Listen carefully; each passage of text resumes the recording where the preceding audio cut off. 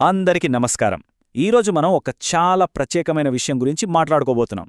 అదే దివ్య భోజనం. ఇది ఒక అందమైన పద్యం, కానీ దాని వెనక ఉన్న భావం ఇంకా అద్భుతం. దాని గురించి వివరంగా చూద్దామా? ఒక్క క్షణం ఆలోచించండి. మన జీవితంలో ఎన్నోసార్లు భోజనం చేస్తాం కదా, కాని కొన్ని మాత్రమే ఎప్పటికీ గుర్తుండిపోతాయి. అసలు ఒక భోజనాన్ని అంత మరుపురానిదిగా చేసేదేంటి? అది మనం తినే వంటకాల రుచా, లేకపోతే ఆ చుట్టూ ఉన్న అందమైన ప్రదేశమా? బహుశా ఆ ప్రశ్నకు సమాధానం ఇక్కడే, ఈ చిత్రంలోనే దొరుకుతుందేమో. నిజానికి అసలైన ఆనందం ఇతరులతో పంచుకోవడంలోనే ఉంటుంది. అదే ఏ భోజనాన్నైనా స్పెషల్గా మారుస్తుంది. ఇక్కడ చూడండి, ఈ స్నేహితులందరూ కలిసి ఎంత సంతోషంగా భోజనం చేస్తున్నారో. సరే, మరి దృశ్యం వెనుకున్న సాంస్కృతిక నేపథ్యం ఏంటో చూద్దాం రండి. మన మొదటి విభాగంలో దీని గురించే తెలుసుకోబోతున్నాం. దీన్ని వనభోజనం అంటారు. అంటే ఇది మనమనుకునే మామూలు పిక్నిక్ లాంటిది కాదు, అంతకంటే చాలా ఎక్కువ. ఇది మన సంప్రదాయంలో ఒక భాగం. స్నేహితులు, బంధువులు అందరూ కలిసి ప్రకృతి ఒడిలో భోజనం చేస్తూ వాళ్ల మధ్య బంధాలను, అలానే ప్రకృతితో వాళ్లకున్న సంబంధాన్ని రెండింటినీ పండగలా జరుపుకుంటారన్నమాట. అయితే ఇక్కడ కనిపిస్తున్నది మామూలు వనభోజనం కాదండోయ్. ఎందుకంటే అక్కడొక చాలా స్పెషల్ గెస్టున్నారు. ఆయన రాకతో ఆ సాధారణ భోజనం కాస్త ఒక దివ్య భోజనంగా మారిపోయింది.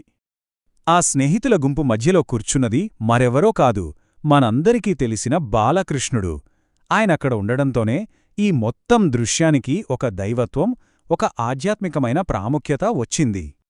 ఆ క్షణాన్ని ఇంకా సజీవంగా ఊహించుకోవాలంటే ఆ పద్యంలో కృష్ణుడు తన స్నేహితులతో ఏమంటున్నాడో వినండి. ఎంత ప్రేమగా పిలుస్తున్నాడో చూడండి. ఈ మాటల్లో ఎంత ఆప్యాయత ఉందో కదా. ఇంత అందమైన దృశ్యాన్ని కళ్లకు కట్టినట్టు వర్ణించారంటే అసలు ఎవర్రాసుంటారీ పద్యాన్ని అనే ప్రశ్న మనలో కలుగుతుంది కదా.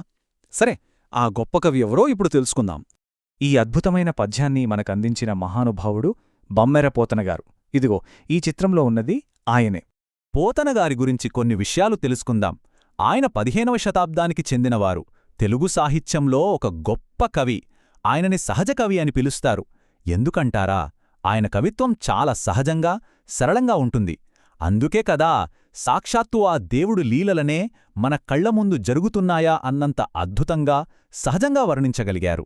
సరే, ఇప్పుడు ఈ పద్యంలోకి ఇంకాస్త లోతుగా వెళ్దాం. చెప్పాలంటే ఈ పద్యానికే ప్రాణం పోసిన భాగమిది. ఆ పిల్లలు చేసే అల్లరి, వాళ్ల చేష్టలు, వాటి గురించి తెలుసుకుందాం. ఒక్కసారి ఆ సీన్ని ఊహించుకోండి. పచ్చటి గడ్డిమీద స్నేహితులందరూ ఒక సర్కిల్లాగా కూర్చున్నారు. వాళ్ల మధ్యలో ఒక తామర పువ్వు మధ్యలో ఉన్నట్టుగా కృష్ణుడున్నాడు. అదొక్కటే కాదు, వాళ్ళు భోజనం చేయడానికి ప్లేట్స్గా ఆకులు, పూల రెక్కలు వాడుతున్నారు. ఎంత అందమైన ఆలోచన కదా. ఇక చూడండి వాళ్ల అల్లరి. ఒక కుర్రాడు ఏం చేస్తున్నాడంటే ఊరగాయ తీసుకుని కావాలనే చప్పరిస్తూ తింటున్నాడు. ఎందుకు? పక్కనున్న స్నేహితుల్ని ఆట పట్టించడానికి, వాళ్ల నోట్లో నీలూరేలా చేయడానికి. ఇంకొకడైతే ఇంకో అడుగు ముందుకేసి పక్కవాడి ప్లేట్లోంచి టక్కున లాగేసుకుని తినేశాడు. అంతేనా? అయ్యో నేను తినలేదే, కావాలంటే నా నోరు చూడు అని చెప్పి పెద్దగా నోరు తెరిచి చూపిస్తున్నాడు. ఎంత అల్లరో కదా. ఇక మూడోవాడు ఇంకో రకం. అదిగో కృష్ణుని చూడు అని అబద్ధం చెప్పి ఫ్రెండ్ అటు తిరిగాడో లేదో వాడి ప్లేట్లోంచి మంచి ముక్కం లాగేశాడు. ఆశ్చర్యంగా ఉంది కదా. 600 సంవత్సరాల క్రితం రాసిన ఈ దృశ్యం మన చిన్ననాటి అల్లరిని గుర్తుచేస్తోంది. మరి కృష్ణుడు ఏం చేస్తున్నాడనుకుంటున్నారా? ఆయనేమీ సైలెంట్గా లేడు. ఒక చేతిలో పెరుగుముద్ద, వేళ్ల మధ్యలో ఊరగాయ నంజుకుంటూ ఆ పిల్లల సరదాలో పూర్తిగా కలిసిపోయి ఎంజాయ్ చేస్తున్నాడు.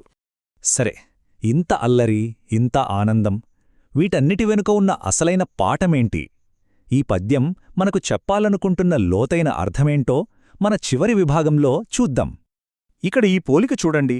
ఒకవైపు దేవతలందరూ యజ్ఞాలు చేసి పవిత్రమైన నైవేద్యాలు పెడితే స్వీకరించే ఆ దేవాదిదేవుడు, మరోవైపు అదే దేవుడు తన స్నేహితులైన గోపబాలులతో కలిసి పచ్చగడ్డిమీద కూర్చుని మామూలు పెరుగన్నం, ఊరగాయలు తింటున్నాడు.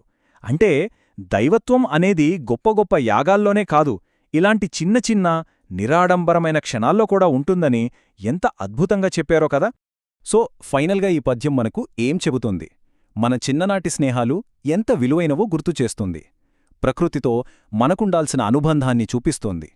అన్నింటికంటే ముఖ్యంగా పంచుకోవడంలో ఉండే ఆనందం, మామూలు రోజువారీ సంతోషంలోనే దైవత్వం దాగి ఉంటుందని చెబుతోంది. ముగించే ముందు ఒక చిన్న ప్రశ్న.